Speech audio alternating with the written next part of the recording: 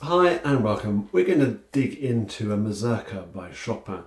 I do find the Mazurkas are rich pickings. There's over 50 of them, aren't there? I think he composed them throughout his life. This one right at the very end of his short life. Mazurka in G minor, op.67 number 2, if you want the catalogue number, and it's currently an ABRSM Grade 6 piece. And this tutorial is made for Hilary, who is working on this piece, amongst others.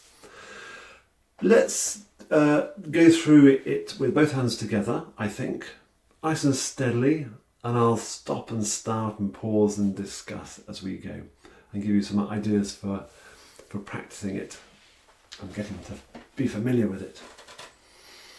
Very first thing I would want to do, I said hands together, is to play the tune. It needs to be super smooth, legato, and we just need to know it.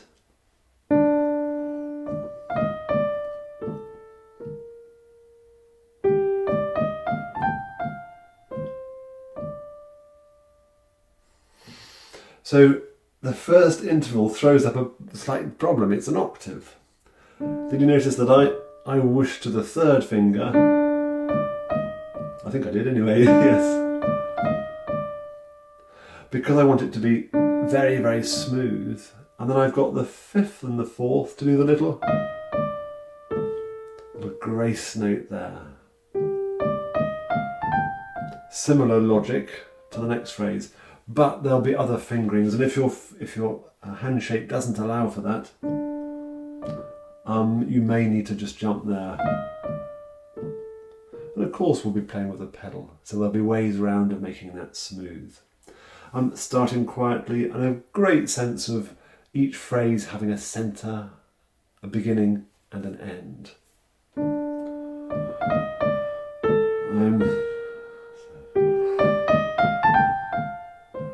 That one actually had two waves to it, didn't it? Dying way, then even more for that one. Let's just carry on a moment. Yeah. Repeat the same finger. Change the finger.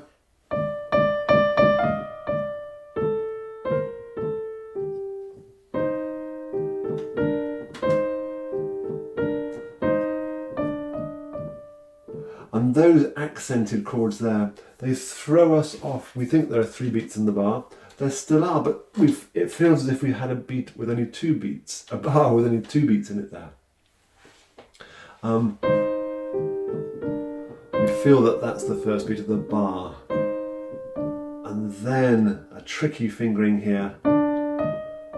4 over the top there. I've been reading a biography of Chopin recently, and it talks about how those that watch Chopin play would often see his fingers do the most bizarre sort of crossover things, I think exactly like what we're talking about here. He was very partial to that stuff.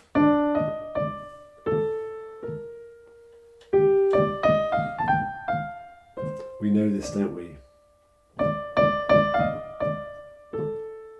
Huge.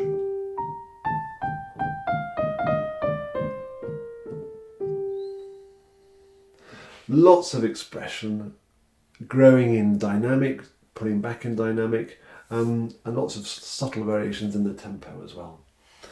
I then might want to just, let's say I've read through the bass line, I might want to just put the bass line with the melody for the first 8 bars or so.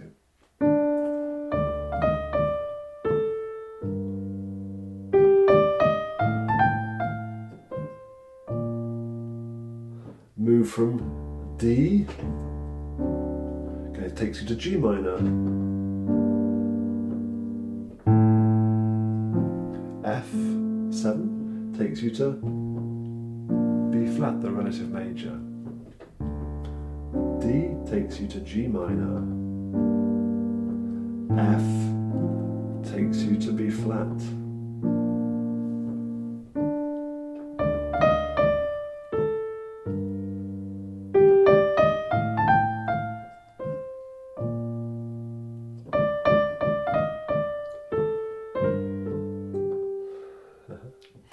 And become familiar with those chords.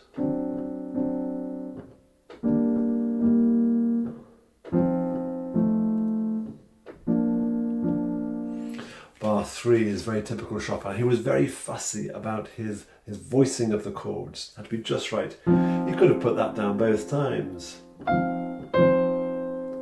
But then we're missing the A, aren't we? So therefore that's why he put the A in there. But he could have put the A on from the chord before. But he thought about all that kind of stuff.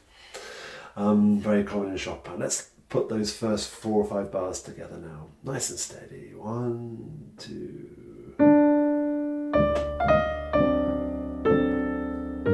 Keep that bass note with the pedal.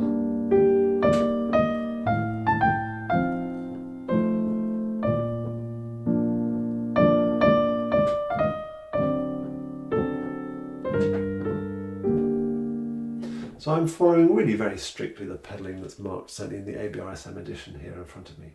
It works really well.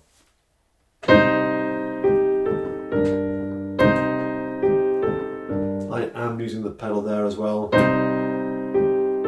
Change, change, change.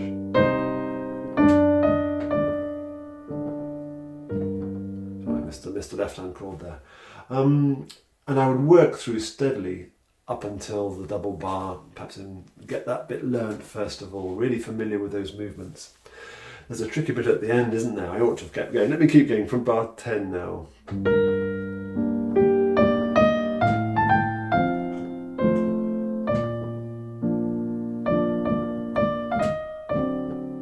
There's a moment of no, we expected a bass note there, but there isn't one. It's very, very effective. Make sure we've got a really clean sound there. Okay. Now I'm fortunate enough to be able to stretch that, and it works well. It doesn't matter in the slightest if you can't. Just a little ripple, it'll be wonderful.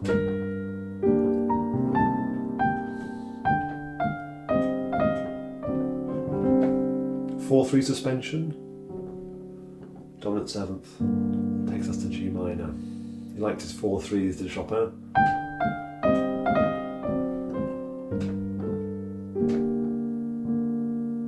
Let me now take through that first section, both hands together. This is practice speed, not performance speed. 1, 2. Melody is king. I'm singing along in my head as I'm playing. There's the chord there.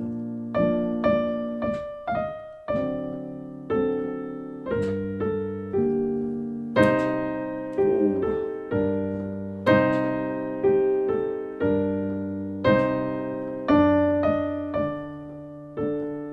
And it dovetails back in.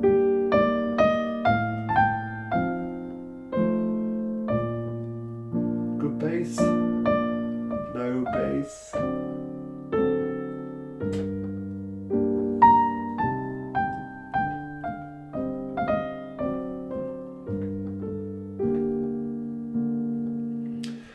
And I find that playing things through really slowly, but strictly in time, so not pausing, it's so often we're tempted to practice it.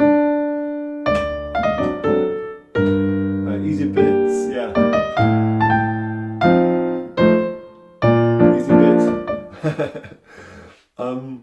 I think it's far more valuable to say, okay, I can play the easy bit. Why don't I play the easy bits at a tempo at which I can also play the difficult bits? And keep that tempo rock steady. It forces our mind to really look ahead, prepare for what's coming up, and to have that core beat going on inside us like a like a strict thing. And then when we can do that, then we can pull around with it as we want, as the moment takes us, because we have absolute control of the piece. So playing it through as I've done there is a really valuable thing to do. Second section. But before we do, you will have known, if you've looked at this piece at all, you will hear something going on from bar 21. It's going around the circle of fifths, circle of fourths, whatever you want to call it. Depends which way around the circle you're going. Could we just take a step away from the music a minute? The circle of fourths, as I'm sure you know,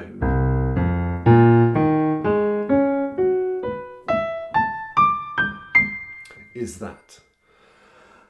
I'm now going to play that in my left hand, and we're thinking dominant seventh chord. Dominant seventh of C, built on a C, would be an E, a G, and a B flat. I'm going to lose the fifth, the G, don't want it. I'm going to keep the third and the seventh. This is a very, very crucial concept here. And I'm going to go through it quite quickly. It probably needs a separate video. Third and seventh is an E and a B flat. I'm just going to put them there now just for ease of what we're about to do. That is a C dominant seventh chord. I'm now going to go round the circle of fourths. C to F to B flat to E flat, A flat, D flat, G flat, B, E, A, D, G, C. And did you, of course you did, notice that that was chromatic movement. 7-3, 3-7, 7-3, 3-7. And that's exactly what Chopin is doing from bar 21. And when you go round that circle, you lose track of where you are. Well, I do.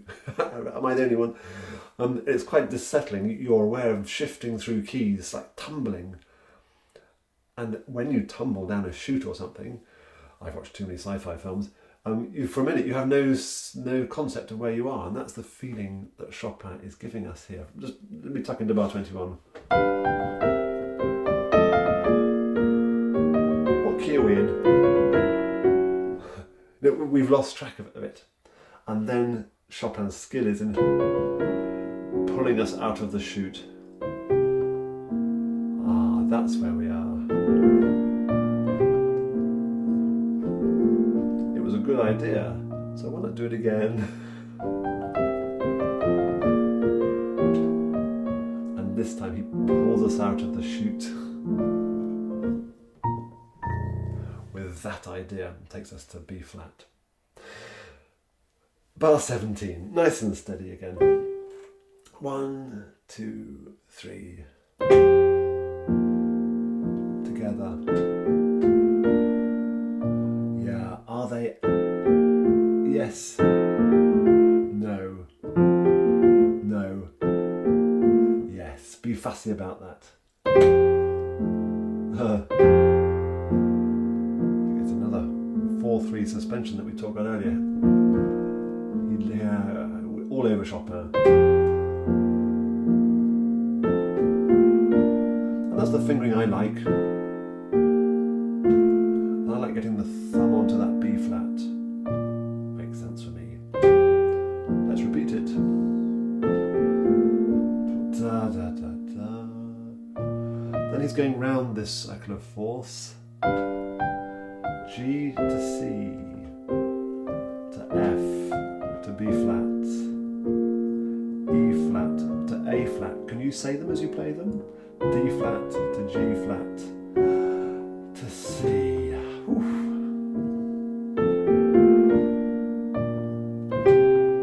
A little bit of a oomph there. Leggero, lightly piano. And I hope above those shifting chords you can hear the melody at the top. Can you sing it while you play it? La da da da, da da da da da, da da da.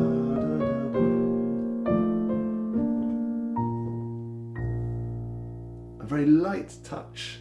Those staccatos are telling us, I think, to be like a ballerina, but we can still use the pedal. I do like those chords at the end. That's right. I like them more when I get them right. And I would want to drill them a little bit. Part of that is to get the sound of them into my head. Yes, I know what to expect. I know what's right. And I'm going to enjoy those harmonies. Then if we turn over the page, sottovoce.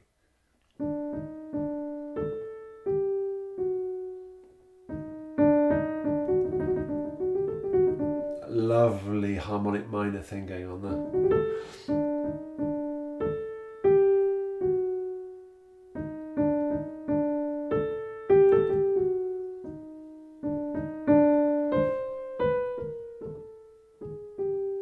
And that chromaticism, in the same way that the circular force made, oh, what key are we in? He's sort of toying with that idea a little bit here, possibly, although not on such an extent, I must admit. Oh, there's a bit of anguish there.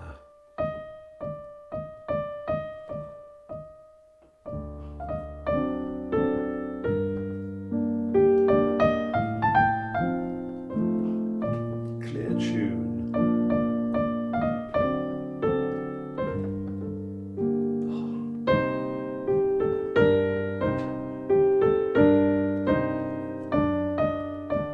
I did a different fingering there, didn't I? I did. Whereas before, you take a chord on that one.